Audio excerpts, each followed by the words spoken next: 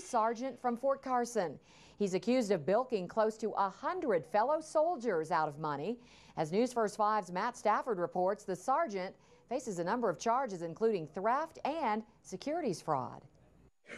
It's something Sandra Clement didn't expect she would have to do, speak out against another soldier. I was stationed with him in the same unit in Iraq, so he was one of my fellow soldiers. But after losing thousands, things change. In 2006, she began investing with fellow soldier Delroy Henry and DMH Financials. She says she began with putting in around $15,000. Eventually, statements said that money grew to $80,000. But when she asked to take her money out, she couldn't.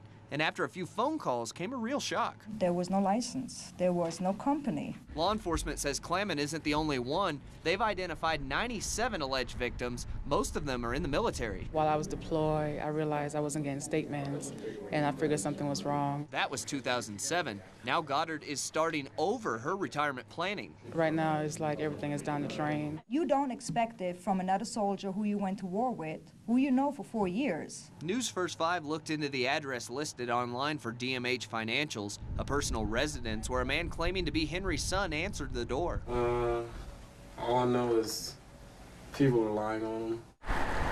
From this home, the man claiming to be Henry's son says his dad operated a successful business. My dad has like $100 million in stocks. He doesn't need to steal. But that's the allegation against Henry now, along with securities fraud and forgery charges, 12 in all. Matt Stafford, News First 5.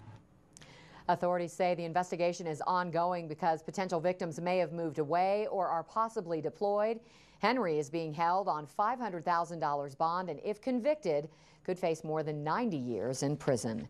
A tech sergeant with the Air Force Reserves based out of Peterson is waiting to be sentenced